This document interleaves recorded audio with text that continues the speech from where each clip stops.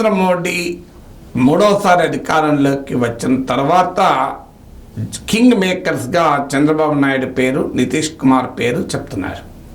కానీ నితీష్ కుమార్కు చంద్రబాబు నాయుడును కలిపి చెప్తున్నారు. కానీ మౌలికమైన తేడా ఉంది ఇద్దరి విషయంలో.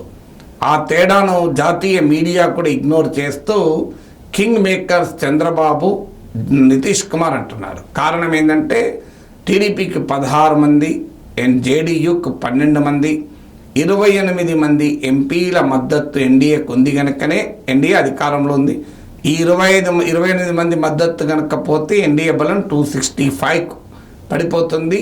మెజారిటీ మార్క్ 272, అంటే మెజారిటీ కన్నా 7 మంది తగ్గిపోతారు. అందువల్ల ఈ కింగ్ మేకర్స్ అని ఇద్దరిని కలిపి చూస్తున్నారు. కానీ కింగ్ మేకర్ 1 and 2లో చాలా తేడా ఉంది. ఆ వాస్తవాన్ని జాతీయ మీడియా కూడా మర్చిపోతుంది. మొదటి తేడా అఫ్కోర్స్ నెంబర్లో పెద్ద తేడా ఉండకపోవచ్చు. టీడీపీకి 16, జేడీయూకు 12, నలుగురే కదా తేడా అనొచ్చు. కానీ పొలిటికల్గా మౌలికమైన తేడా ఉంది.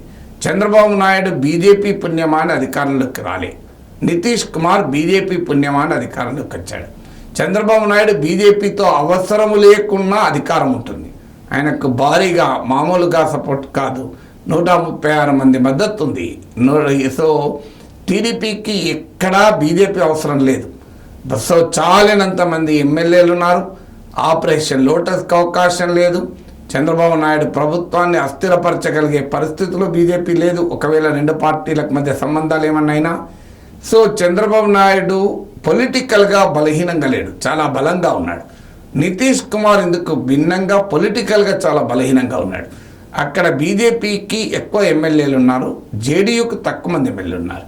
సో బీజేపీ ఈ క్షణం తలుచుకుంటే నితీష్ కుమార్ ముఖ్యమంత్రిగా ఉండడు. బీజేపీ ఏమి తలుచుకున్నా చంద్రబాబు నాయుడు ముఖ్యమంత్రి పదవికి, తెలుగుదేశం ప్రభుత్వానికి ఎలాంటి ప్రమాదం లేదు. అందులో జేడీయూ ఎంపీలను బీజేపీ ఆకర్షించడం పెద్ద కష్టం కాదు, ఎందుకంటే గతంలో చరిత్ర కూడా అదే చెప్తోంది. అంత సులభంగా తెలుగుదేశం ఎంపీలను అట్రాక్ట్ చేయడం కష్టం జేడీయూతో పోలిస్తే. కారణం బీహార్లో జేడీయూ నుంచి బీజేపీలో చేరినా మళ్ళీ ఎంపీ కాగలరు. కానీ ఆంధ్రప్రదేశ్లో జేడీయూ నుంచి వెళ్ళిపోయి, ఆంధ్రప్రదేశ్లో టీడీపీ నుంచి వెళ్ళిపోయి బీజేపీలో చేరితే మళ్ళీ టీడీపీ సపోర్ట్ లేకుండా ఒక్కరూ ఎంపీ కాలేరు. ఇవాళ బీజేపీ నుంచి వెళ్ళిపోయిన వారు ఎంపీ అయ్యారు. సీఎం రమేష్ అంటే టీడీపీ మద్దతు ఎంపీ అయ్యారు, లేకపోతే ఎంపీ అయ్యేటువంటి స్కోపే లేదు. అందువల్ల ఈ టీడీపీ నుంచి ఎవరు కూడా అంత సులభంగా బీజేపీకి వెళ్ళరు, ఎందుకంటే వెళ్తే వారికి రాజకీయ భవిష్యత్తు ఉండదు. కానీ జేడీయూ నుంచి వెళ్ళే వారికి ఆ భయం లేదు.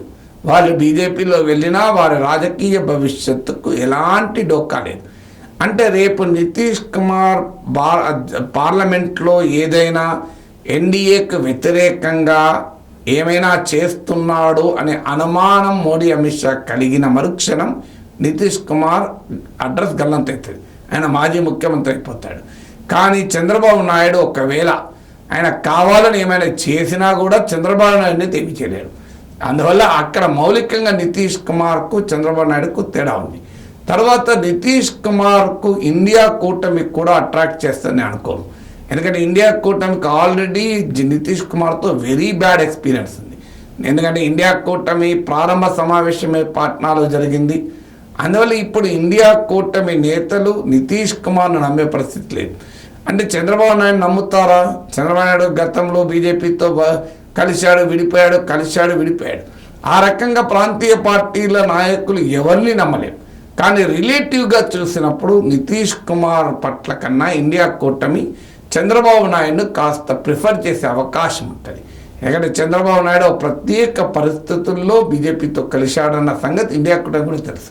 ఎందుకంటే జగన్మోహన్ రెడ్డి దాడిని ఎదుర్కొంటున్న సమయంలో మోడీ మద్దతు ఉంటే తప్ప జగన్మోహన్ రెడ్డి ఎదుర్కోలేము అనే ఒక రాజకీయ అవసరం మోడీ వైపు నడిపించింది చంద్రబాబు.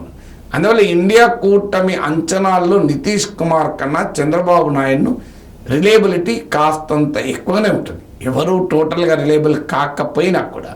ఇక నితీష్ కుమార్కు ఉన్న రెస్పెక్ట్ కన్నా డెఫినెట్గా చంద్రబాబు నాయుడుకి ఎక్కువ రెస్పెక్ట్, ఎక్కువ హిస్టరీ ఉంటుంది. కారణం నెంబర్సే కాదు, చరిత్ర.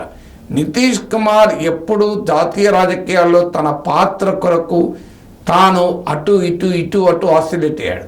చంద్రబాబు నాయుడు జాతీయ రాజకీయాల్లో పాత్ర కొరకు ఆసిలేట్ కాలేదు. ఒక రకంగా జాతీయ రాజకీయాల్లో అవకాశం వచ్చినా గతంలో ఆయన కాదనుకొని ఆంధ్రప్రదేశ్కే పరిమితమయ్యాడు. అందువల్ల చంద్రబాబు నాయుడికి నేషనల్ పాలిటిక్స్ పైన ఎప్పుడూ ఆసక్తి చూపెట్టలేదు. ఆయన state politics confine. Nitish Kumar అలా కాక నేషనల్ పాలిటిక్స్లో ఆసక్తి చూపాడు కనుక ఇండియా కూటమిలోని నేతలకు కూడా నితీష్ కుమార్ థ్రెట్గా భావిస్తారు. ఎందుకంటే అది రాహుల్ గాంధీ, కాంగ్రెస్ పార్టీ కానీ, మమతా బెనర్జీ కానీ, అఖిలేష్ కానీ. అందుకే ఇండియా కూటమి కన్వీనర్గా నితీష్ కుమార్ ఆశించాడు అనే అర్థమైన మరుక్షణమే మమతా బెనర్జీ, కేజ్రీవాల్, మల్లికార్జున్ ఖర్గే పేరు చెప్పారు. ఎక్కడ నితీష్ కుమార్ ముందుకు వస్తున్నాడని. ఈ ప్రమాదం చంద్రబాబు నాయుడుతో ఇండియా కూటమికి లేదు. అందువల్ల ఇండియా కూటమి చంద్రబాబు నాయుడు చూసే పద్ధతి వేరే ఉంటుంది, నితీష్ కుమార్ చూసే పద్ధతి వేరే ఉంటుంది. ఎన్డీఏ కూడా నితీష్ కుమార్ చూసే పద్ధతి వేరే ఉంటుంది, చంద్రబాబు నాయుడు చూసే పద్ధతి వేరే ఉంటుంది. అందువల్ల ఇవాళ ఎన్డీఏలో కింగ్ మేకర్స్గా చంద్రబాబు, నితీష్ కుమార్ పేర్లు ఇద్దరి వాడుతున్నా ఈ కింగ్ మేకర్ 1, కింగ్ మేకర్ 2కు మధ్య జమీన్ ఆస్మాన్ ఫరక్ అంటారు. భూమికి ఆకాశానికి ఉన్నంత తేడా ఉంది.